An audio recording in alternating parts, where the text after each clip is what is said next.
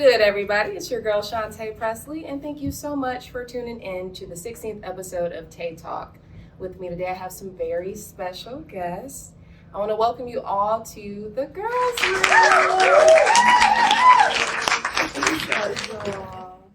So I'll start here with Miss Leesa. Hi, everybody. She actually has her own podcast, Theological Soul Food. It has since been retired. Mm-hmm. Oh, I'm not doing that anymore. Okay. Well, then we'll move right on to Jazmine. Hey, everybody. Who's a recent graduate of Kent State in psychology. Yep. We got my girl, last but not least, Jasmere. Hey. Oh, girl, I know you could give a better hey than that. I could. I didn't want to say too much. Yeah. I'm just going to get into it, the question. So let's get into it. Okay. Period. What's that one thing that's a deal breaker for you when you're dating? That's just like an absolute no-no, like, I know I ain't going on a second date with this person. Who wants to start? I'll start. I do not like when guys use like girl phrases. Like or just anybody I'm dating, like typically we'll probably get into later in the podcast, but like I really don't like masculine people or men, women, or anything to use like very feminine terminology like per, period, or like it's giving. Yeah, like that's it's not it for me. Like I immediately I'm just like no. Like in my head it's already a wrap. Like so we don't gotta revisit it.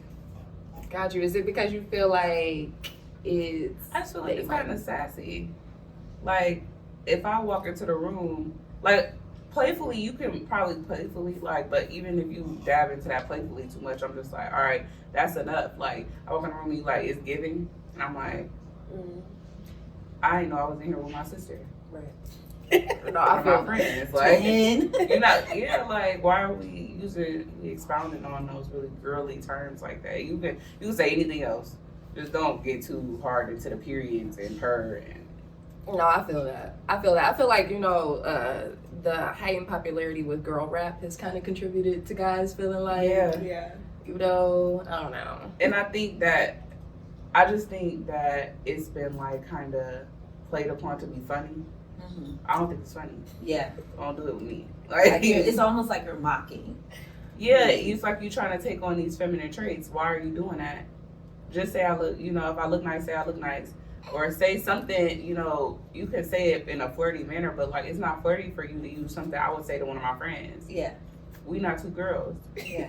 No, I feel that. Yeah, I feel that. I would say an ick for me is when a guy is rude to like a waiter or waitress, like when we're on a date, if they don't tip. Tipping is like a big no-no for me. Like if a man doesn't tip on a date, that's an ick.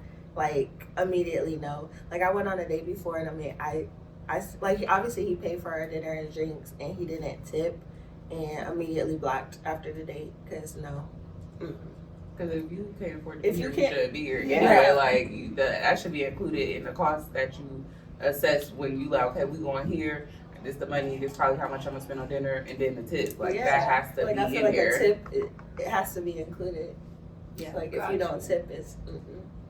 No, I agree on that because I had an ex recently. Well, not recently. But I had an ex who they just be like, I mean, they get paid for this, and like they were not trying to tip, and they'd argue with me because I'm like, no, you gotta tip. Mm-hmm. And then he even had the nerve to be like, well, you can tip.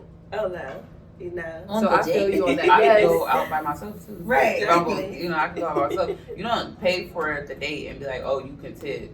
Like if I want to do that, if I be like, okay, you pay for the date, let me tip. Mm-hmm. That's one thing, but like you should have that already together. That should be already in the expenses that I gotta pay for the meal, I gotta pay for the drinks, and I gotta tip. Mm-hmm. Why are we skipping on tipping? Yeah, it's a big no for me. It's a red flag. Yeah, it's a red flag. Immediately no.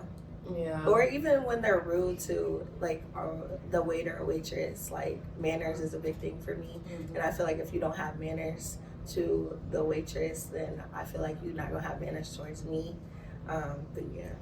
No, I agree. And I had to get on a friend about the way they were talking to service workers. Yeah. Because I don't think anyone's above anybody. Right. And like you said, I think that's a reflection of your character and how you'll Exactly. eventually talk to me. And yeah, it's just a big no. Yeah. But what about you, Leesa? I got so many. And they like developed over the years. So I think one is like trying to be funny. Like when we're out in public, you're being loud to be funny. And like you're saying, like, it drives me crazy when it's like you're pointing out something that somebody else is doing. They don't have nothing to do with you. The person not even looking at you. Mm-hmm. You're like, oh my God, look at that haircut. Why are you so loud? Yeah. Why are you so Why are you loud? screaming? And so my husband is a barber, so he'll do that. And I don't know if he's doing it consciously, if he's like trying to be funny. I don't know, but he'll be like, babe, look at that man's haircut. Why are you pointing at him? Yeah. The man then turned around. He done seen. He looked, there's about 3 men that turned around looking like, who Who's is he talking? haircut? Who is he talking Who's about? haircut? Right. That drives me. I'm walking away. I'm getting in the car. I got an attitude for the rest of the day. Don't talk to me. Don't talk to me. No. Oh, yeah. That would get on my nerves. And I think when you don't get people's joke, like, and they want you to get it. Right. And you still don't You get don't it. see it, You babe. don't It's see like it? sticking up. No, I It's don't. back. You don't I don't see see it? it. I don't.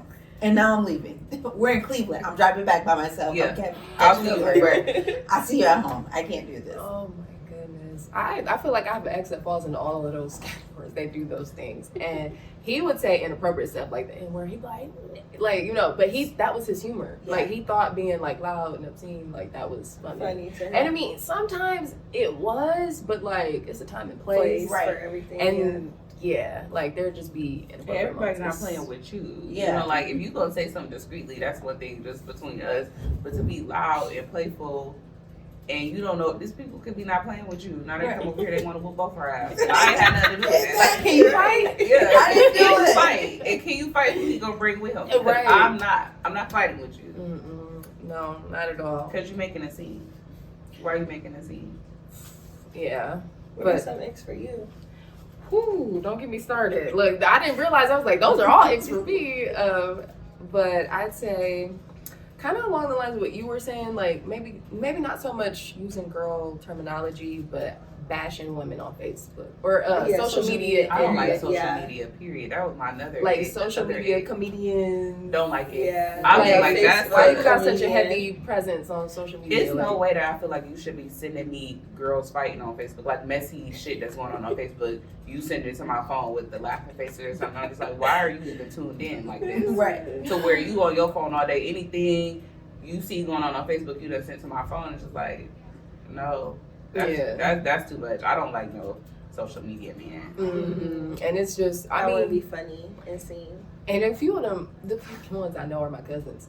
Shout out to them. But like, if I'm like, I don't like that. Like, I don't like that people are trying to be funny, because then I feel like, say we are having a serious issue and you try to make a joke of it on Facebook and people commenting and like you opening up the, Yeah. you know, room for people to make comments and then assume, are you talking about your girlfriend? I don't know. Like, I don't like that. But more so than that, I find that Facebook comedians usually bash women. And that's the part I don't like. Like, I don't like the man versus woman thing. I don't like, oh, women be thinking, you know, like they do this, or I don't like when women do that, or as a woman you should. Like, I don't know. I just don't like that. It gives sassy, argumentative, like you don't like women. I would prefer Right, no like, just social say you don't media, like period. Yeah. But you know, I feel like you can't be double standard in it, because I do like Instagram. I just more like to post, like, but like I don't like statuses, so I don't do like a lot of Facebook or Twitter or anything like that. Because Threads. what do you say on there? You know, like I feel like if we go down somebody's page, they done said the same thing every month, every other month. They're saying the same shit. So I'm just like, I don't really like it. I just like to post pictures and be done with it. But yeah, I just don't. I don't like that. Like you said, it just. I don't want a messy man. Yeah, I don't want a messy. I don't want an argumentative. Like, Right. I like healthy debating, but like, let's leave it at that. I don't. Yeah. Yeah, I don't like that. I don't like even in the sense of like men getting on there trying to expose people, like if I know that you ever did that before, it's kind of, you could never approach me. If you done got on there, posted a girl's business, posted her pictures, posted her videos, it's kind of a wrap. Like we're not even about to make it past the DMs. Right. Yeah. I also discovered another ick recently when I went to the bar. Is when a man orders like a feminine drink.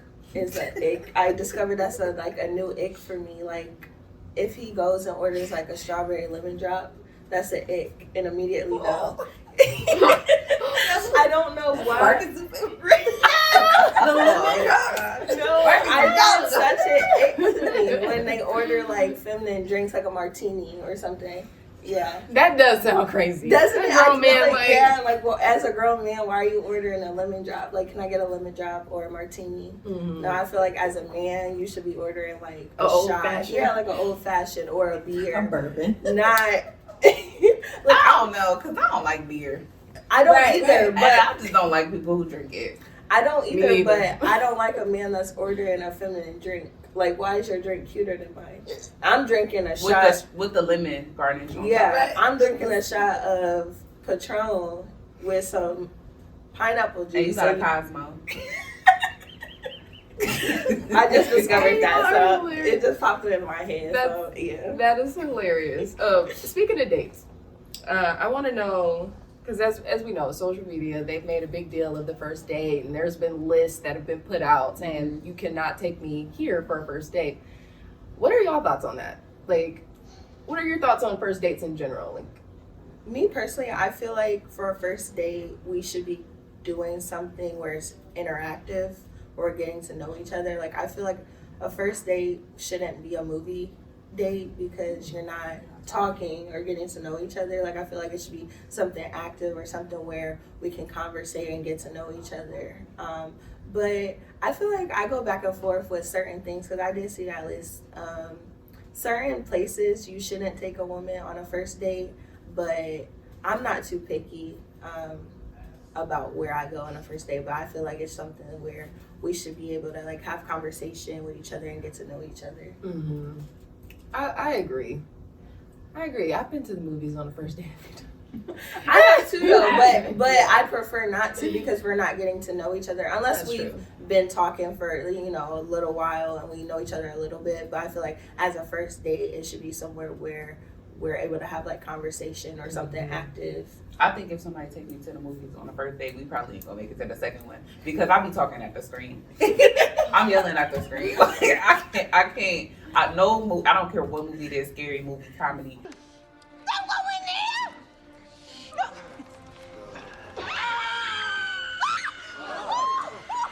I be talking to the screen, so I'm like, they probably not gonna want to go to the movies with me again, and they probably not gonna want to go on a date with me again. So I'm okay with the movies being the first date. And the only reason why I say that is because that was our first date. And like, so it was Transformers, like the first Transformers that came out. Oh wow. And so like after that, every time a Transformer comes out, we go and see it, like reliving that first date. So I'm okay with it. If you take me to putt-putt golfing, I will walk out of that date. Really? Yes, I hate putt-putt golfing. And he Okay. tried to take me on let's go putt-putt golfing. It's 95 degrees outside and we're out here baking, okay? Mhm. I think Sweating. that's a good first date though because Putt-putt golfing? you're able to talk to them. You can see like how they are like competitive. Like is they too competitive? Is he about to dog you? He about to get on your ass? Like, I need to know how you acting. If I start beating you, like, If that's the case, let's just sit down at a table and play pretty pat spades. I cannot do it. No, don't take me to putt-putt golfing. So I like serious dates. Like I like progressive dates. So like my first, if we going somewhere, I need to be somewhere I can talk because I'm a talker. Period. So don't take me to the movies. But like if that's a second part to the first date. So if we go somewhere first, you got to feed me Right. because you won't like me if I'm hungry. Yeah, So we need to go eat. yeah. I feel like And dinner, lunch. I don't know where I want to eat at.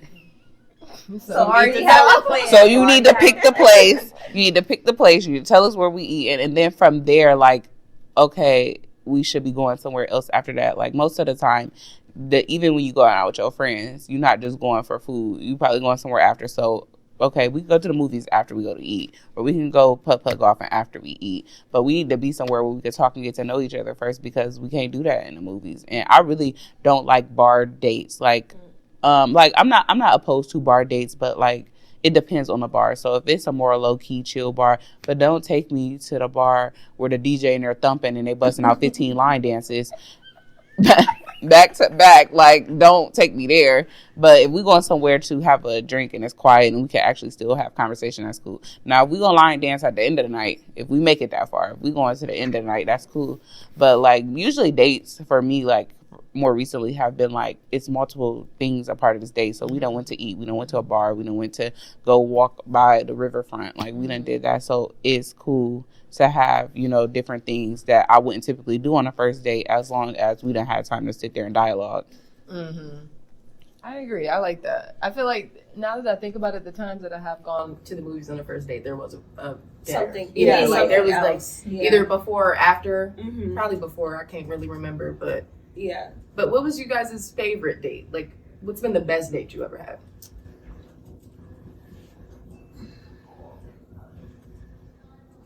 Not putt golfing, apparently. No. I would throw a club.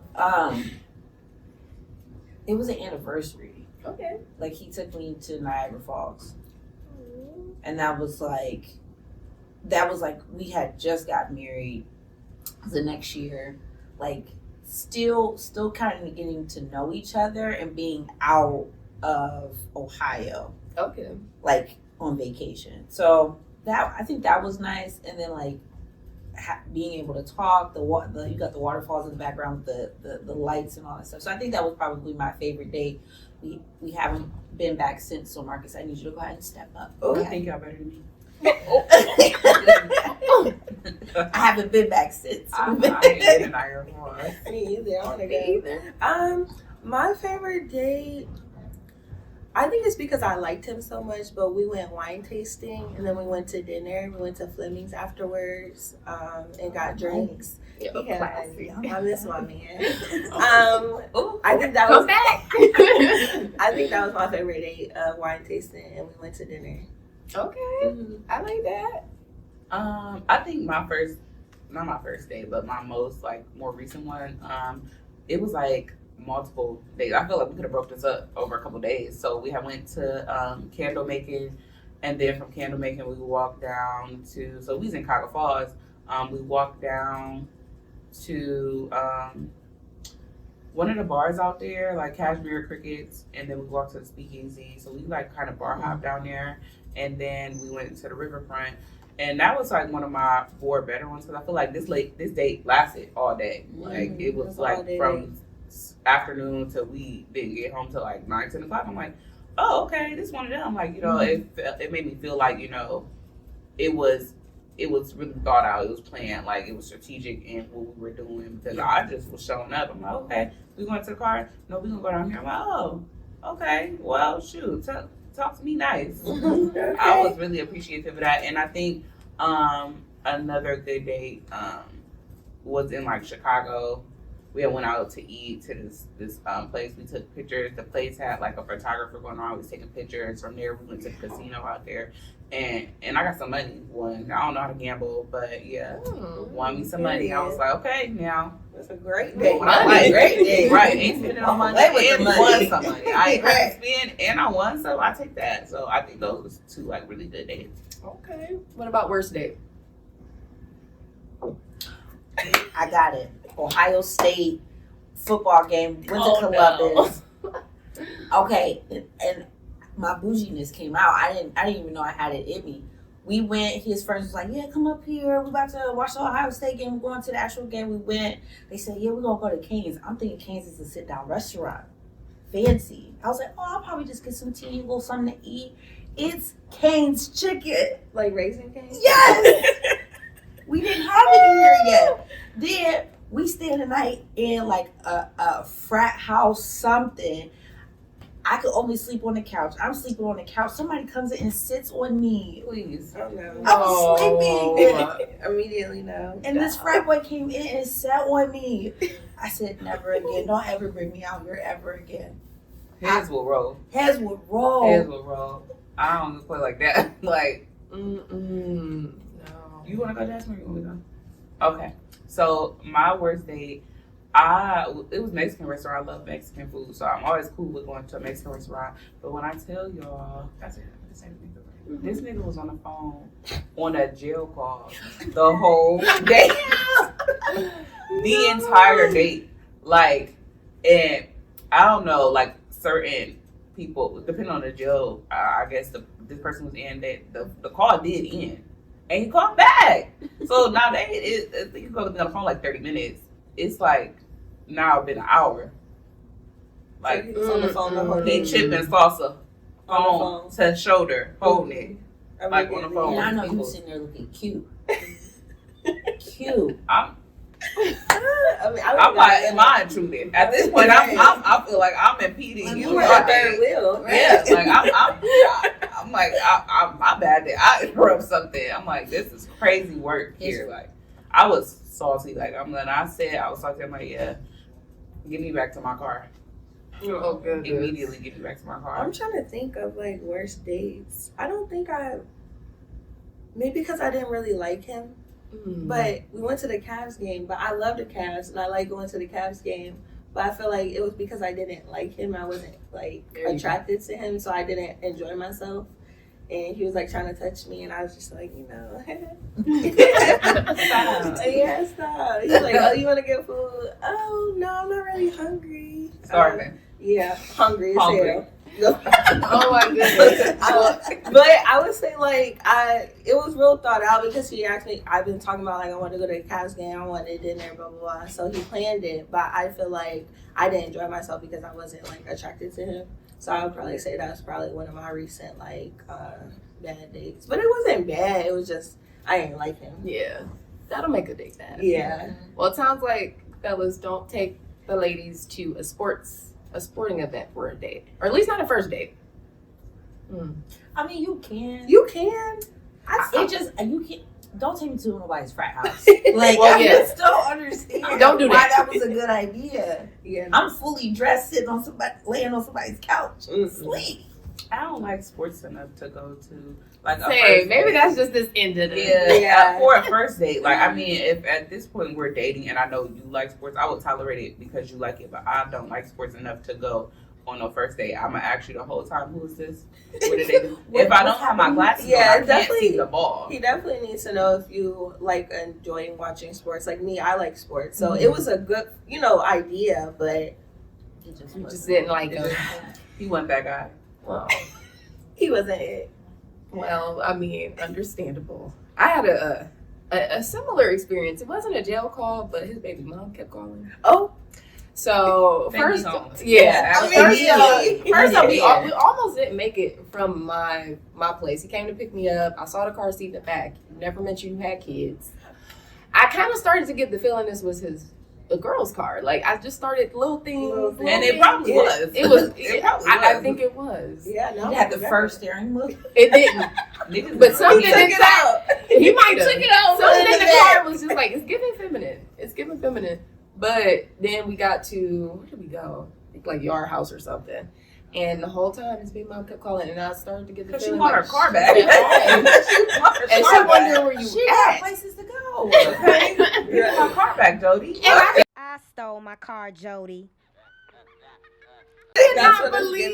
believe that. I'm like, this is crazy. Like you said, I'm feeling like I'm taking you away from your family at this point. I could have drove myself. I could have. My car was sitting right there, but yeah, that was interesting. I would have lost my mind. Like, I really don't. First of all, you gonna pick that phone up. You gonna pick that phone up and talk to that He woman. started talking in a nice, soft voice too. I know you with her. Yeah, like I don't want to yeah. piss her off because Yeah, she he was wants like, that I'm car about to be back. right. I'm about to be there in like 30 minutes. I'm like, I know you are 30 We ain't even got the food yet. still waiting on the check. He's like, pack her shit in the to-go box. Let's go. Needless to say, I blocked him right after that. I Oh, was like, that's right. like, Yeah, but that's there won't no. be. And it wasn't a pity date, but it was like, maybe I should just give you a chance. I was getting out of a relationship I had been in for a long Yeah. time, so That's I'm all It's something to do half the time. Like, half the time, and Yeah, free meal. And a free meal. Yeah. I'm The pretty sure she problem paid is I for can't it. Like, I feel like. I can't hold shit in. So as soon as we get to the car, you got something to say? Like, you gotta be somewhere. I thought we was going somewhere else after this. You got something to do. You taking your car back?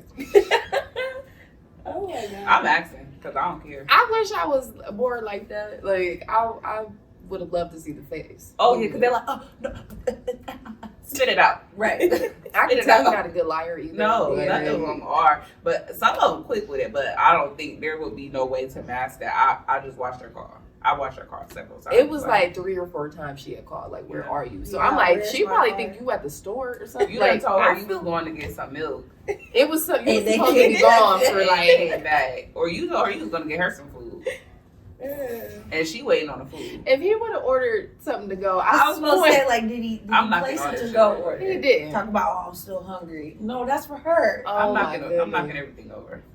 Yeah, it was crazy. But all right, enough about dates. I want to get to know you guys a little better, and if you could tell me like what your family dynamic was growing up. Did you grow up in like a single parent household, 2-parent household, blended families? Leesa, I just look at you, or Jazmine, if you want to go ahead. I grew up in a 2-parent household. Both my mom and dad was in my life. They've been married 27 years now. So they were already married before they had me. They got married in 96. So That was a great year, I tell you. 88. Ooh, I was just a baby, Yeah. but that's Yeah. amazing. Do you feel like that had any like impact on the way you view dating now and like Yeah, partners? yeah, I would say so. I look for a man that has characteristics as my dad, like a provider. Yeah, so yeah, I would say so. Like I look for somebody that is similar to my dad that I know that can provide for me. Yeah. Girl, keep looking. Yeah. Yeah. Don't give up. I'm telling you, don't settle. Oh Do no, it. I never settle. Mm-mm. Don't do it. What about you, Leesa? So I grew up in a single parent household, but my grandparents had a heavy hand in raising me and my siblings. So it was very strict Christian. Don't wear skirt or don't wear pants. You wear skirts all the time to your ankles. The long skirts. The long skirts, Denim one. the denim With the the split, either like sitting right here. I remember those. the Ooh, that just took me white back. New Balance shoes. Okay. Ooh, the New Balance is great. The over, or it might be from Payless too. You just never know. And then the oversized T-shirt, the family reunion T-shirt. Yeah. Everybody's names halfway off of them. So yes, I mean, Okay. shout out to my family. Okay, it was a good foundation. It was just very strict. Got you. And you feel like that contributed at all to like your current? Well, you're married, so Yeah. Yes and no, because it was completely different. We didn't. My cousin, he ended up marrying a white girl, and he was like the first one of all of us. And so they moved away. They moved to New York, and they was living their lives. And you just saw that like image of them too, and they making it work. They got these kids. They living their best life. But for me, like we were still growing up, and I never thought I was going to marry a white man, because it just seemed so like just so out of this world to me. But then I met Marcus, and he just got me. Yeah, he won you over. He I won know me that's over. right. Yeah. He's like, I'm a getter, and he got me. He definitely got me. But it has been, I wouldn't say it's been a struggle to navigate life together, because we are so different in how we grew up. Being very strict to his family, being very lax in a lot of things, and that like bleeds into how we raise our daughter. So Okay. it's an experience. I can only imagine. We're gonna get back to that. Yeah. We're gonna get back to that. What about you, Jasmere? What was your So I was raised by my auntie, and she only has biologically one son, and then she raised me, my uncle, and my sister. So she had 4 kids at home, but she only produced one. And I wouldn't say she was very like, so it was no parties. I'd never been to none of the teen clubs. It's none of that. So I didn't do any of that. And we were very Christian based. Like, so you go on to Bible study, you go on to youth services, you go on to church on Sunday. Don't let it be a second service. You go on that second service too. Mm-hmm. So it was just like, it definitely. When I got into the dating scene, I wanted something completely opposite. Mm-hmm. So like where, you know, I grew up in a very like, oh, you're not going partying. I'm trying to be outside. You're not trying to be outside. Right? Trying to do shit. Like, we're outside. And so I think that did play a lot into it. It definitely changed. Like, it definitely gave me, I did go outside. I've been out of town. I've traveled everywhere. Where my family does not do a lot of traveling. Like, none of them. I'm probably the most traveled out of my household because everybody was just used to being here, or, you know, where we are, very localized. Nobody wanted to branch out. I think that how we grew up kind of shaped them into that way. And me, I'm just like, no, I don't want to be like this. Like, especially being around, you know, people who are not. Like, my longest relationship was my daughter's dad, and his mom and them are not very, like, she's not very strict. She's not very, like, chokehold you. Everybody was able to free to go off and do their own things. And so I'm like, oh, I like this. Like, you know, like, I like being able to go off and do my own. At that point, I already knew I was trying to get outside anyway. So it really wasn't, it didn't make me feel like I was, like, you know, completely, like, just in the streets. But I just wanted to be out enough to where I could experience life, but I always bring it back home. Like, you know, I always bring it back into the center. So it works out for me. I think it just kind of gives me some balance. Mm-hmm. Yeah, I feel like, wow, that's pretty interesting. That makes sense, but I would have never guessed. Oh, yeah. Actually, I'm very surprised by, like, everyone's upbringing. Yeah, I feel like, me personally, mine is a little more complicated, like yours, where it's like, I wasn't raised by my biological mom. I lived with my grandmother from like the age of 5 to like 8, and I feel like that had the most influence on me. And she was married. She was married to my step grandfather, who I didn't know was like, I thought he was my real grandfather my whole life. The day he died, I thought he was, but their relationship, although they were married, it wasn't healthy. Like, my grandma was very mean. My grandpa was very nice and kind of just like put up with it. And I don't know if that was love or if that was just him accepting who she was, whatever the case may be. But later on, I was raised in a single household by my mother, my adopted mother, who she's amazing and she held it down. And I feel like we didn't miss anything outside of just like that father figure, like that positive father figure. But I definitely do think it played a role in who I am today, especially when it comes to dating. And I'm still trying to navigate that because I think I have I don't want to say any direction, but I don't have really a positive like example of a healthy relationship. And so I think I just attract a lot of broken people. I feel the same way. My aunt never had a relationship. So, like, from the time I ever lived with her, which I moved in, like, she took me from my mom when I was probably, like, 1 or 2.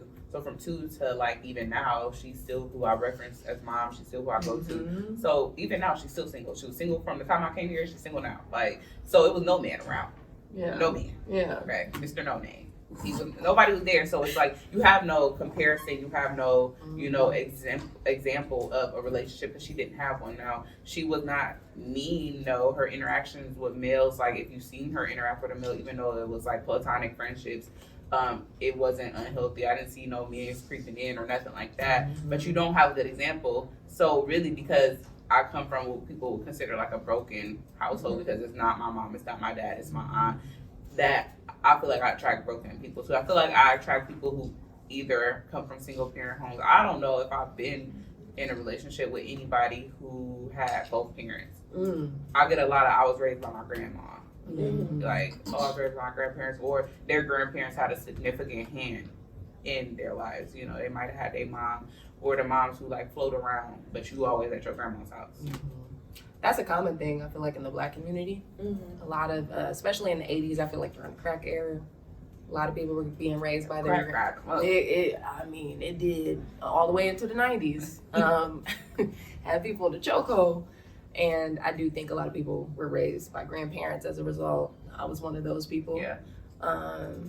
And you had hit something, you said something. I did date one person who had mom and dad at home, and I see the difference in the way that he carried himself, the way he operated, like I wasn't mature enough to be with him. I feel like emotionally, because I wasn't used to somebody so responsible and so just like chill. There was no like toxicity, none of that. He was just really lax, and I took it like, oh, you're not fun, or like you're not, this, that, and the third. Now I missed him. Like now I'm like, man, because I haven't been able to find someone who's just that right. Like there wasn't an issue with going to work. Like that was a no-brainer to him. That wasn't even negotiable. Like, you have a job, he liked nice things, he liked cars, he liked video games, all the things that I felt like, dang, you just too normal, you just too. And then I'm like, dang, I should have been valuing that. Like, but I could see the difference between a man raised by who had a dad present and who didn't. So yeah, I think that was a thing I struggled with too. I think that like I got a lot of toxicity, so like the whole spazzing, and I'm thinking that means like, oh no, he like to see where I'm at, he like to know where I'm at, just no, like you got some issues. You got some issues, and you probably used to be spazzing on your grandma, and she was cool with that. And it's like, okay, now you don't know how to effectively communicate. So where you got a healthy relationship with your parents, your mom and your dad, they communicating with you, they're communicating with each other. Where I lack communication, because I didn't ever see communication. She ain't talking to nobody. So there's no relationships to see effective communication, to see healthy dialogue at all. So it's not any examples to where I'm thinking like, oh, okay, he over here spazzing and I'm arguing. I think it's completely normal to be at the function outside of my phone arguing somebody down instead of, where you meet somebody who got some decorum about themselves. Like, okay, we can just talk about this when we get home. We can talk about this later. Like, it's not, I don't think I've had really healthy relationships until like I'm getting into it now. Like, I feel like that's more, and it's a challenge coming from not being in healthy relationships to not seeing them, to learn how to navigate and really realize that you might be the problem. You might be. Hello? Exactly. What do you, as someone who grew up with both parents, do you feel like what kind of people do you feel like you attract, or do you just not run into a lot of people with who come from a similar background? No, I don't know. I guess like the people I attract, some people may have grew up in a 2-parent household, and then some may have been raised by like just their mom or their grandma. So I feel like I've attracted both. Yeah. Can you see a difference in people who? Yeah, definitely. You can. Yeah. I would say the men that I've dated that grew up like with just their mom or just like their grandparents, don't know how to communicate, typically more angrier than somebody that grew up in a 2-parent household where they know how to communicate, but that's because they had someone to look up to. So that's something that I'm trying to learn as I get older, is to communicate effectively. I mean, my parents, they ran into their problems, but I would say that for the most part, they communicated pretty well. So I have a good example to look up to. Yeah, that's cool. I just hope that like you don't end up with someone who tries to suck, I guess I don't know, not the happiness out of you, but like I feel like someone who leaves, who just absorbs your energy, because you're young, and so I'm just trying to give you all the little gems that I have, what I've learned from my mistakes. Please take them and do with them what you will. But I do want to ask you, being a millennial, or not a millennial, I'm sorry. Oh, yeah. A Gen Z. Oh, yeah. Don't do that. Millennial. You Gen Z to like die. Yeah. So I think you're the only one here today who is single and doesn't have any children. Yes. No kids. So you're actively dating? Yeah, I would say so. How would you say that is being a Gen Zer in the dating scene? What is that like now? Very bad. I would say people my age, we don't know how to talk or communicate. I feel like they normalize situationships, which I feel like never really was a thing back in the day. Like, I feel like we normalize it so much now, and I just don't understand why people are okay with like settling and being in a situationship. Like, what is a situationship? Either we go together or we don't. So I say for me, I don't know. I feel like I have a lot of trust issues, so I feel like I would prefer to be single rather than be vulnerable and like end up getting hurt. So I feel like that's a problem also with being a Gen Z. Like we're so afraid of being hurt and stuff like that. But yeah. No, that's real. I think you hit something that's really important too. You said that you're afraid to be vulnerable because you don't want to be hurt and you have trust issues. I feel like that's a common theme among Gen Zers. I think you all feel that way, and therefore it's resulting in these situationships where no one wants to be. I also feel like you guys, you don't want to be embarrassed. Yeah. And no one wants to say, they don't want to be the first person to say, I like you, or I want to be together. Like I want, like I feel like it's always kind of like you're expecting the other person to do it. But if you're both feeling that way and thinking that way, then it's gonna be a never-ending cycle. Yeah, I don't know, but that is true. Everybody's in a situationship. Yeah, like I just feel like that's my man, but that ain't my man. But that's my man. Like my man is single. Yeah, that's the one for me. My man is single. You in a relationship, your man is single. It's like the girls are more so okay with like they know it's a situationship. They know we don't go together, but you're very loyal to a situationship. Exactly, which they don't have no rules. Yeah, it's like the situationship has no. It doesn't. Obviously, when you're in a relationship, you're committed. I'm with you, you and me. We don't have no outside parties. But with the situationship, they're okay with, you know, me and you and you and you. We all go with this one guy, and we're fine with that. We might fight every time I see you, but I'm not breaking up with him. You ain't breaking up with him. We not leaving this man alone. And I think it's became normal, like just the social media shade. We out in the club is shade, and this is like we got shade because we all decided to date one man. Right. One band, one sound. Yeah, I also feel like social media does play a big part in Gen Z's relationship. I feel like they normalize like trying to compare themselves to other relationships that they do see. I just never understand the situationship. Like it's just weird to me that that's become a thing that is so normalized. Like, oh, we go together but we don't go together. It's like, oh, I'm not ready for a relationship but I want you to only be with me. It's very normalized also. Yeah, I think too, like the whole polygamy thing. Am I saying it right? I think that's just not all the time, because I've actually interviewed a girl who explained it to me, and it really sounded like I was like, dang, it sounds like you got a handle on this. You guys should definitely check out I think it was episode 14. But oftentimes I feel like that's just kind of a way to accept it, and without it like, oh yeah, I'm owning it. I'm agreeing to this. We're in an open relationship. We're like, I know he has other partners. I have other partners, or maybe you don't. But I don't know. It's just messed up. I think it's a like a combination of things. Like I think it's a combination of the fear of being alone. You know, nobody wants to be by themselves. So if I can just be with you, and I know I don't get to fool you, I get what you want to give me, or I get the time you limit me to have with you, but you might be also spending this time with somebody else. I'll just take what I can get because I don't want to be alone. Like I think that's a problem that the Gen Zers seem to have. Like I can't, I don't know how to be with them, just myself. Figure out how to navigate my own emotions before I collide those emotions with somebody else's emotions. And they would just rather, just like, all right, well, cool. Like you come over, we link, we do, and then you go home. Yeah. And it's just like, for what? Because when you go home, I'm still by myself. Right.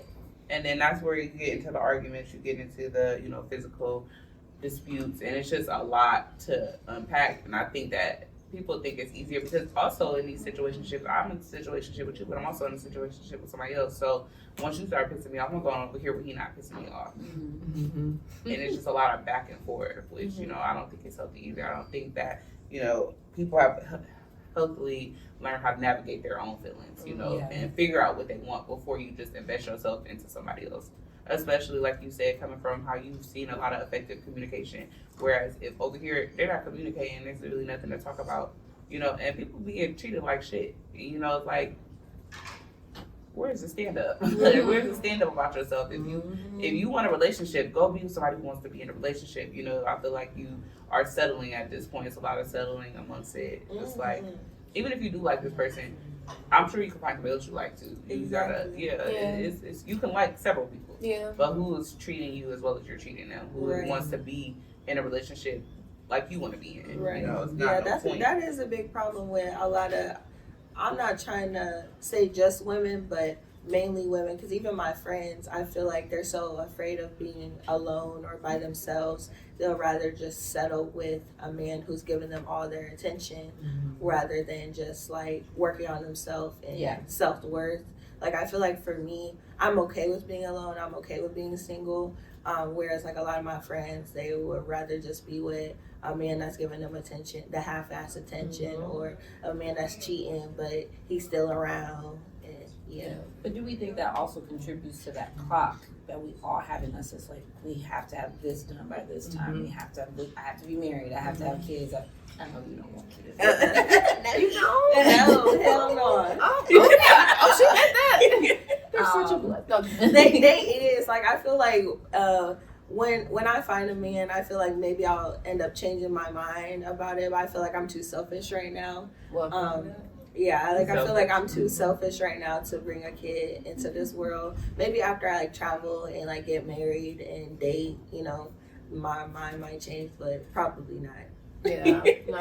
No, I think that's good self-awareness. Yeah. And too many people bring children into this world and they're selfish. Yeah. Yep. But just to wrap that up, I think it's, you hit a few things on the head. Social media, I think, also contributes to that pressure we feel, that comparison. You see this relationship, these fake relationships where they look so happy and they're doing all this stuff together, matching outfits and all that, and then you don't know behind closed doors what's really going on.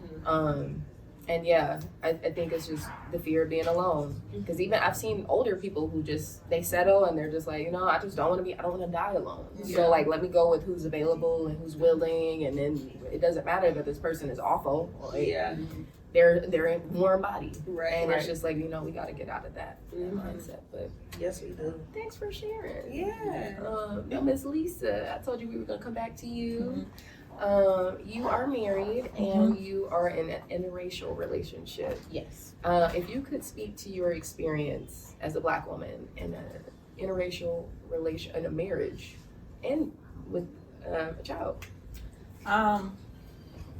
So again, it's been an experience, and I say that because in different phases of my marriage, I've had to find myself as a Black woman. I've been more so faced with people saying that I'm not Black enough because I am married to a white man. I don't stand up for Black issues, Black culture, that type of thing. So there's been different periods where he has seen me in like downtimes, and then me finding myself again and finding that pride and finding that what makes me Black and why I'm proud to be a Black woman. He has seen all of that and has celebrated every facet of that. So I'm so sorry. How long have y'all been married? It'll be 13 years in October. Oh. So I don't want to use the word difficult because I don't want to sum my entire marriage into just saying that it's difficult. But it's just it has been some good parts and it's been some bad parts. And like I said, I had to find, like, I've had people tell me like, well, you can't really speak on the gun violence issue because you're married to a white man. You can't really speak on colorism issues because you're married to a white man. I'm like, no, this still affects, I'm still a part of the Black culture whether you believe it or not. And some people may disagree with me, and I had to learn that that's absolutely fine. For a long time, I was a big follower of Dr. Umar Johnson. I'm not. Oh, I'm gonna have to insert that meme.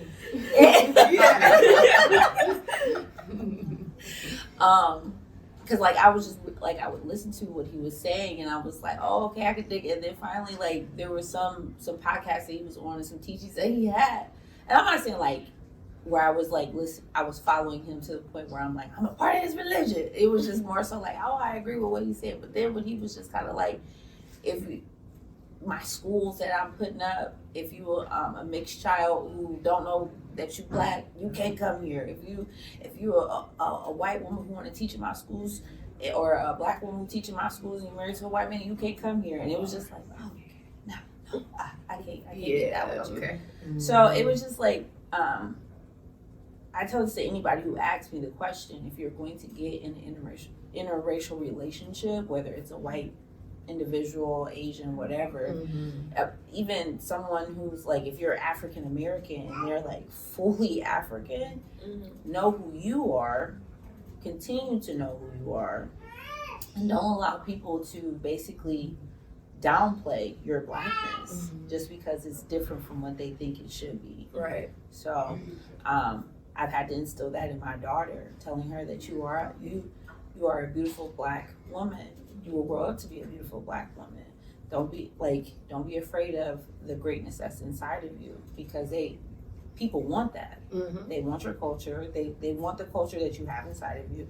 They want your brilliance, and a lot of other cultures will take and copy from you.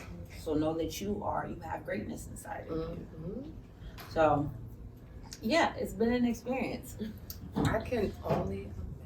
I think that you said something really good about when you said that I had to, basically rediscover who I was throughout that. And I think that, it's not anything wrong with that, because that's how evolution works, that's how, and in the black culture, when you guys got married almost 13 years ago, it's not the same as what's going on in the black culture now. So where it was probably less, cops brutality and less gun violence, where it didn't really, cause such an uproar. But now, since we have a lot of police brutality, we have gun violence amongst the black community, we have, all this colorism issues raised, that now it's like, people will try to pick apart you even in those moments. So, constantly, even me not being in an interracial relationship, I have to rediscover myself. Even in my own color, even being dark skinned, even having different, body composition, we constantly are on self-discovery. So it only can be better. It only can be better for you, and then to instill what you rediscover in yourself, to instill in Isla, I'm sorry, I'm supposed to probably say Isla's name. No, to even rediscover it, to implement that in her, because what I discovered about myself at 28 that I didn't know at 18, now I have more guidance to instill that in my child.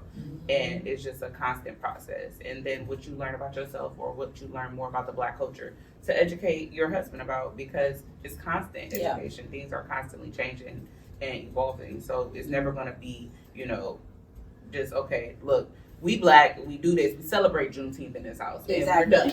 That's all you need to know. Like, it's gonna be constant things that we're gonna have to get educated about, and we might have to resort back to the drawing board, and I have to re-explain this to you, and I have to re-explain this to her, and I have to re-explain this to myself, because we're not just this, we're not singular in this household. We have multiple different things going on here, and he might have to educate you on some things, And he does. Like, I've had to be educated as far as, like, because they're part German or Irish, whatever you want to call it. Like, so he's had to educate me on things, and I had to be in a position to actually want to learn, and just saying like, I don't need to learn about your white culture. Like, no, like, we have a child together. Yeah. So I have to take time to like learn the type of food that they would consider in German a delicacy, like warm potato salad. I still don't understand it. Warm potato salad? That just don't bring it. Don't bring it. It is sweet too. Like, I just don't like. It got raisins in it. I don't think it has raisins, but it's like sweet. I don't know.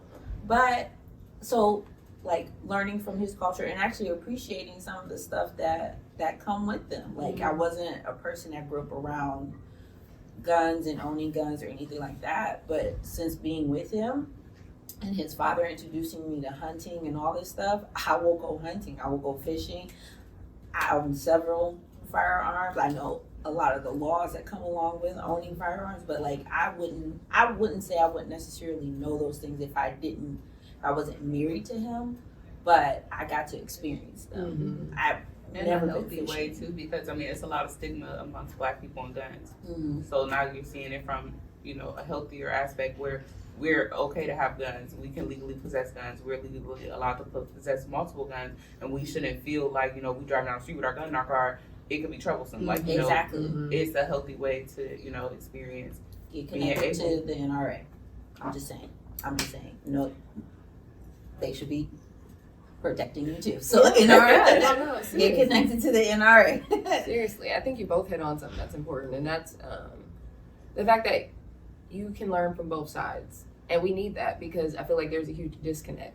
That's why we continue to have racism. That's why we continue to have police brutality. That's why we continue to have these issues all these years later after segregation and all these other things. Like some white people often say, or I see in the comments, and not all white people feel this way, but oftentimes what I see on Facebook is, oh, that was so long ago, we didn't do it, it wasn't us who did it, so like I'm not gonna feel guilty, I'm not gonna sit up here and you guys didn't experience. But it's like, I feel like you're in a unique position where you can have certain conversations that don't have to get hostile, or because there's love there. Yeah. And I feel like the only way to combat hate is with love. So I don't know, even with like my word.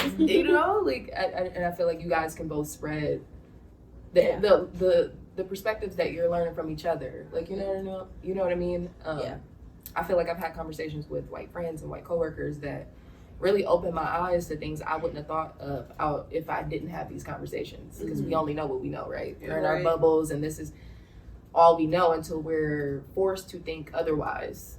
And that goes for both sides. So, That's why I said people have to be in a position to want to learn and be educated, and not just say like, oh, well, I have black friends. Mm-hmm. Like, oh, yeah, I know a couple black people. Like, no, you actually have to sit in a position to actually, like, if I prompt you and say, okay, well, go read about the Black Panther movement, and you actually do it and you learn about it. Because like Marcus knows, I don't educate during Black History Month. I don't educate white people. Mm-hmm. The only person I will educate is Ira. I will give you prompts. Go read about this. Go read about that, and he'll actually do it. He'll learn. He just recently go learn about colorism. Mm-hmm. We had a whole full blown discussion around colorism. But I was like, I'm not going to sit here and explain it to you. You got to go learn it for yourself. Yeah. So when people come up and ask me, like, if it's not the month of February, then yes, we can have a conversation. I'll give you this, that, and the third. I'll give you this tool. But other than that, you have to, if you're going to call yourself an ally, you have to be in the position to actually want to learn this and not just get quick notes and say, well, I learned about this real quick. No. You got to be able to break it down, try to give dates. You know what I'm saying? Like, actually want to know about my culture and not just put it on so that way you can look a certain way. Right. Do you feel like you ever have people who accuse you of wanting to be more white? And I ask this because I feel like, okay, with the Maury twins, obviously one is married to a white man, one was married to a black man, and they often draw comparisons between them and the way that they live their lives and say, oh yeah, you could tell this is the black one because and Tamara has spoken to just like how she's been called. Like, what do they get say? Called white man's whore.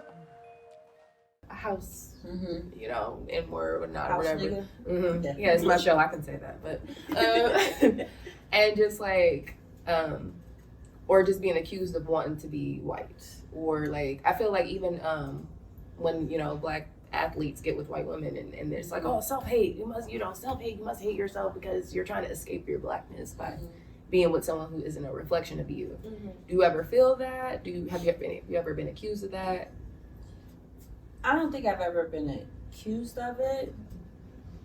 I think some people have asked the question, why? Like, why are you marrying that white man? And I'm like, you're not checking for me, so what does it matter? But I also felt like I've had a pretty good support system that no one has ever really asked that question to me directly because they know me. Like, most of the time, people like Marcus more than they like me. And it's not like him portraying as a black person or anything like that. It's just he's a funny individual. So they know when you see Marcus, they see Leesa. So it's never been any animosity in that sense of be like, oh, you self-hate, you hate yourself. You don't, because I also am a big proponent of celebrating black love. Like when I see when I see two black people together, like come on, like I'm excited for y'all. But that's just the type of love that I've always just had for whoever you gonna love. It doesn't matter to me. I'm not gonna be a person to say I don't see color because you do see color. But I think that's why I've never had anybody say like, oh, you hate yourself because I see people. Right. I see you as a black person. I see you as a white person. I see you as an Asian person. I see you as a person. I see your struggles. I see your successes. I see everything about you. Right. So I'm not gonna say I don't see color. I see those colors. Yeah. And I'm gonna love all of those colors. Exactly. So I never really had anybody tell me like I had self-hate because I married a white man. Yeah. And to be fair, I think usually when people do accuse people of that, there are other things that contribute to that. Like, you know, with black athletes is more, or not even just black athletes, I think black men in general, there's usually the fact that they make it such a thing. Oh, it's my preference, or, you know, like they announce it. Like, again, those social media wars that like that gotta make everything a discussion. Yeah.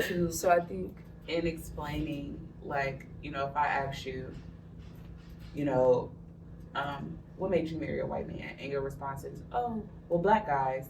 That's usually when it's a problem. Yeah, that's there usually you when go. it's a problem, because it shouldn't take you to, you know, demean or tear down, or you have this animosity towards your own race that push you towards it. It's simply like what I'm attracted to. I'm attracted to white men. I'm attracted to, you know, what I'm attracted to, even if he wasn't white, if he was purple. I'm attracted to his spirit. I'm attracted to his personality. So if that's, you know, when that's your answer, that's fine. But then, you know, I'm coming out the back when it's, oh, you know, I don't, black people, you know, black men, this, and here I come through the back like, excuse me. Because black what women is, are too much. it's like, it shouldn't take all of that Right. for you to explain. If you can't say, I married this white man because I was attracted to this white man, I love this white man, I love how he treated me, that should be it. That should be enough for people. I shouldn't have to, you know, deep dive into why I, you know, as long as it's not because I have to demean my own race to say this is why I wanted this race, then it's perfectly fine for me. Yeah, me too. I feel that way. I've never been against interracial relationships. I did grow up with people who, if they saw one, they had something to say about it. But yeah, I've never been one to be against it. I think love who you love, as long as it's, like you said, because you love them, not because you hate, not yourself necessarily, but just like things about your culture, your own. You're trying to escape something there. So yeah, thank you for sharing. Now, Miss Jasmere, you recently shared with me that you are in a relationship with a girl, and this is your first same-sex relationship. I want you to just speak to your experience there, but I also want to ask you, is that something that you've always known about yourself, that you weren't only attracted to men, or is that? So it's not, this is spicy. No, so I didn't know that about myself. I actually still don't know that about myself. So, because she, obviously, you've seen her, everybody's seen her here, that she's very masculine in her presence. So she does not look like me. She does not look like any of you. So, to me, it's not like being with a girl, you know, like, in no sense would I ever date anybody that looked like any of you. Like, you guys are beautiful. But, you know, like, I wouldn't date a girl that looks like me, because I don't want a feminine body. And she's not really feminine. If you've been around her, she's taking trash out, she doing handy stuff, she get out there, and she like dirt and mud and yuck and worms, and she'll get out there and do all that, which I don't do any of that. So it hasn't been, you know, it is still an experience, because she is still a woman. She still has women, I guess, not tendencies, like, you know, how we are very quick with it. We respond quickly, are sharp, like, you know, she's very, she's very like quick with her responses, as far as like when it comes to, if I get smart, she might get smart back. But it's not ever in a very, like, it's not in a very girly way. Like, you know, I call my friend, I'm like, bitch, you know, I can't call her that. I've never called her that. It won't call her that. She won't call me that. So we don't talk like two girls. It's not like two girls on the phone, chitter chatter, gossip. We ain't doing none of that. So it doesn't strike me as too much different. It's just that we have the same parts, and if you've seen her, you know, she really don't got them either. Like, her chest is very flat. She looks like a guy, you know, like, she very much so looks like a guy, and that's okay with me. But it did take, beyond, you know, me never being with a girl, it did take me to get past, okay, this is a girl. Like, just that, this is a girl. Even though she has a fade and she wears boy clothes. It took me at first to get past that, but then it became easy because I'm like, she treats me better than any man has ever treated me. I don't have to any hard. Even today, like I'm like, I didn't get to wash my blazer. Okay, I'm gonna wash it for you. You know, she come back in with Starbucks. You know, I know you ain't get to eat. I didn't eat no breakfast. I didn't have anything to drink. I'm just trying to get ready. She like, you know, okay, here. I needed something, and she come to Lisa's house. You know, she beats me. She's like, all right, I'm already at Lisa's house. Y'all need anything? She asks Lisa. She asks for my friends. She always asks for my friends. Are your friends okay? Y'all good? Y'all need something to eat? Y'all need anything? Like, it's very attentive to the point that I'm like, okay, is it working out better because she's a girl? Because girls know that we're natural nurturers. We're kind of born with that. And I'm like, you know, even though she is masculine, does she still possess this nurturing trait that I'm never asking? It's like she meets me before I even get to think that, okay, I need this. I didn't think nothing about eating or having anything to drink. I didn't think about stopping at Starbucks because I'm going. I'm kind of one track minded. So I'm like, I gotta get to Lisa's. So we can get here. I gotta get to, you know, like this is what I'm thinking. I'm not stopping to think of the fine details. You know that, okay, you might need to get you something to drink. You might need to get something to snack on because you're not about to do that for the next hour or two. So where she comes through and she know, drink of choice, she already know. Matcha tea latte. She coming through. Like, and it's just like, I've kind of did away with the fact that this is not a man. But that's my nigga though. And I be like, this my nigga. Okay. And half the time I be like, that's how I reference her. Like, I'm like, oh, okay. You know, I don't be like, girl, you know, I'm not like, oh, girl, can you, I don't even talk to her like that. And it's not hard. It's not hard to navigate. It's not hard to, because when you love somebody, those things come easy. You're not trying to offend them. And I don't think that is offensive for her. She really does not care. But I know that she looks more like a male, so why would I be girling her? You know, it's kind of common. You know, I'm not going to call you, no bitch, and I know you don't. I can talk to my friends like that, but I'm not gonna talk to you like that because you don't do that. I don't hear you talk to your friends like that. I don't hear your friends talk to you like that. So I'm not gonna do that. It became easy to navigate this once I realized the care we was putting into each other. It became easy. It became like, you know. But I wouldn't say that it was something I knew about myself, because if this ever came to an end, it wouldn't be me going to another female. I would just go back to dating males. Got you. So it wouldn't be like I'm circling back trying to see what's going on. I don't know what goes on. You know, I love all my LGBTQ friends. I do love them, but I don't know what's really going on in their community. She's not really, and she would tell you, like, I don't want to act like I'm speaking for her because I've had these conversations before, because I had to educate myself. Are you heavy into the community? Do I need to educate myself? She's like, not really. Like, I don't go to, she doesn't go to like gay bars. She doesn't, go to anything. And she's a bird, but she's like, it's not that, I'm not that in it. Like, I know what I am, I know what I like. And that's kind of where she leaves it. She doesn't dive deep. She's not really like, but she's not going to let you obviously just slander. Right. This type of person. She's not making it her whole But identity. it's not her whole identity. Like, she like, if you call me a girl, okay. If you call me a nigga, okay. Like, she doesn't care. But she does it with so much grace to where it's like, if I do slip up an ear and call her girl, I wouldn't be getting bashed or condemned. She ain't about to come at me crazy. Yeah. So it's just like everything has been so graceful and very patient too, because it's been like everything is experienced, even being out in public. And you like, okay, I'm typically used to being out with a guy, and now I'm out with a girl, and I'm like, can you like, like the protective aspect of like, okay, if somebody comes trying to whoop our ass, what can you do? I need to make sure you're not about to stand behind me because I'm trying to stand behind you. Like, I just gotta make sure. So, and even in that aspect, it never felt like I've never felt, like I'm pulling up, she opening doors. Like I'm not looking at the check. I want you to think that too. I had to think about that too, because I'm like, okay, we two girls who paying for food. Okay. I will politely push that checkbook over because I don't want the waiter come in and look. But again, like, she looks like a male, so it's usually still they hand her that check. Yeah, hand her that check. Now don't hand it to me. Like, what's supposed to do with that? And it's just been, it honestly has been like one of the better experiences. I feel like even just in dating, like out of all my experiences, it's been a very good experience. Like, to where you kind of want to run from something that's not, familiar at first. Like, that's kind of what it was. Like, I'm trying to like back it off a little bit. I made a mistake of cooking. You giving her giving her some of this good cooking. I cooked. And I was like, oh, I'm gonna have to beat her off with a stick now. But it's like, I tried to run from something because I wasn't used to it. And it didn't work because I was being treated so well that I'm like, okay, you know, kind of maybe just relax and see where it goes. Maybe see if it works out. See, you know, if it's just something that you don't want to do. If you want to do, I don't think she would, you know, bash me or try to, you know, come at me any type of way if I'm just like, you know, I tried it, it's not for me. Mm-hmm. Like, everything has been really done in love, like, and patience, and just, you know, navigating it together. Like, because not only, I mean, yes, she's used to being with women, but not necessarily used to being with a woman who only been with males. Yeah. So it's still an experience because for them, you have to think of their side of it. You know, they could have a fear that, okay, she could break up with me, she going right back to a guy.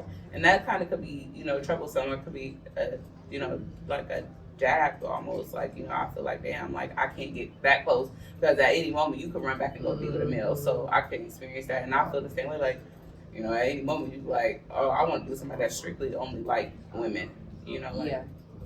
So it's kind of, we've had those conversations, and it was like, even in the hard conversations, it still was done. Like you said, it needs to be done in love, and it always has been.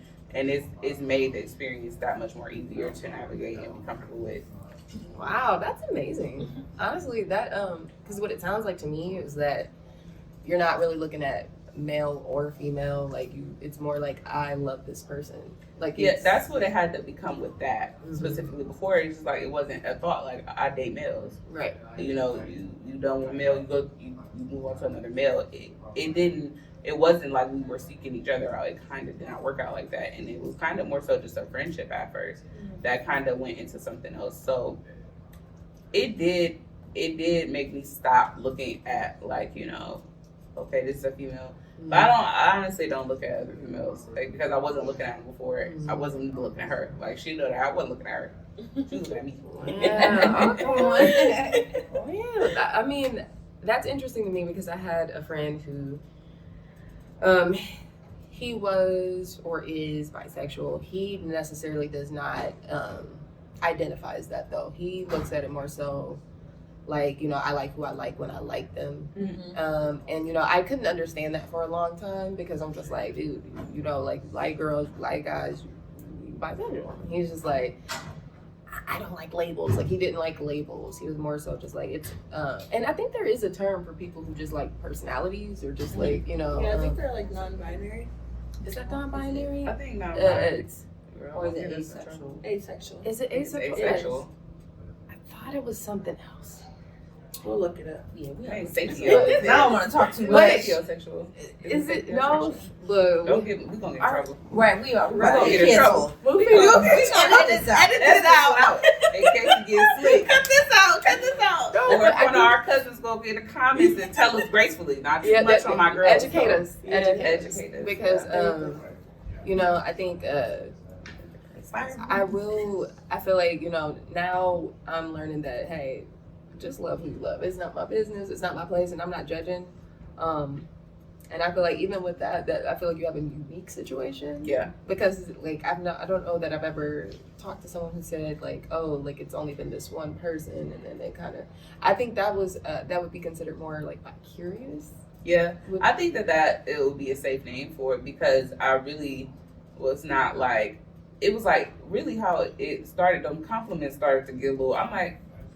Okay, like at first it was like, oh, you look nice. I'm like, okay. Then it got to, oh, you look beautiful. Like, and we're getting deeper in these compliments, and I'm like, okay, friend, what you saying? Like, is we not friends? Is we friends? Like, what is you saying? And so it kind of just started to like, and I had just finally was like, you don't want to be my friend, do you? Because I'm just like, it's the compliments starting to hit. Okay, you coming up with flowers. She came up to the job, dropping flowers off. I'm like, okay, people don't take their friends. Like, and I mean, like, we get 2 dozen. I'm getting 2 dozen roses. I'm like, the friends ain't taking any friends. 2 dozen, because I'm not spending. I'm not getting my friends no 2 dozen 2 roses. dozen. Well, wait. 2 I would. If you was having a bad day, we celebrating. 2 dozen? 2. I've done 1. You a great friend. I done You one. a great friend. Well, but I'm I'm gonna getting get y'all there, ass though. for some food. We're going to Okay. get some food. Okay. Right. Might pay for food, drinks. We're stuff going like for that. food. But, I'm not if it's going like, to pick no damn flowers. Well, speaking of good friends, let's talk about some girl code. I feel like, I mean, I like to think I'm a good friend. I've been told I am, but I've also been told I'm not. I mean, in certain areas, like I'm not the friend that you can call and know 100% I'm gonna answer every time. I'm gonna be honest with you. Okay. Me personally, I don't like talking on the phone. But if I know, like, if you text me like, "Hey man, I need to talk. I need to vent," okay, I'm answering because I know, like, okay, this ain't just to, just to talk, right? Exactly, to talk about nothing. So then, yeah, I'm gonna be there for you. But there are times where I like to isolate and I don't like to talk to nobody for a long time because I'm going through stuff and I don't want to be making my problems other people's problems. So I just want to be by myself. And so I've been told that, like, hey, you ain't always present. You ain't always a present friend. And I feel like being a real person, there are going to be times where you're a great friend, you're a great sister, you're a great husband, and there are going to be times where you're slacking a little bit, and it all depends on, like, I guess, the structure of your friendships, or, like, the dynamic, I guess I should say.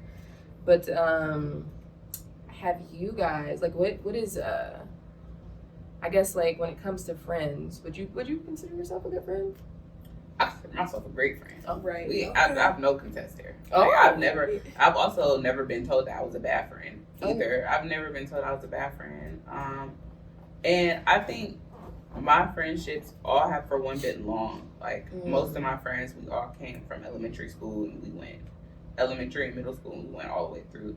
I did have adapted, like, newer friends, like, that from, like, my work experiences. I've adapted newer friends.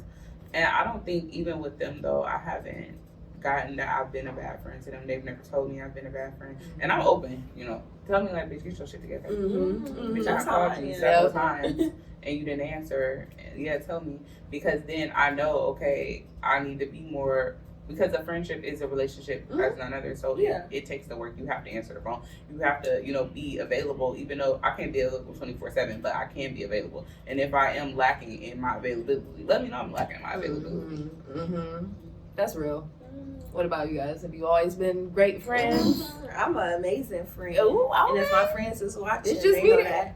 I would say I've also been friends with, I have, like, different groups of friends, but I've been friends with them since we were kids, like second grade on to up, and then meeting my new friends now, like work friends. I would say I'm a great friend. Yeah. Okay.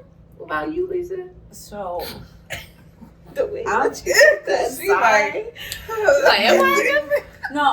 so as I get older, I have to be honest with myself and be more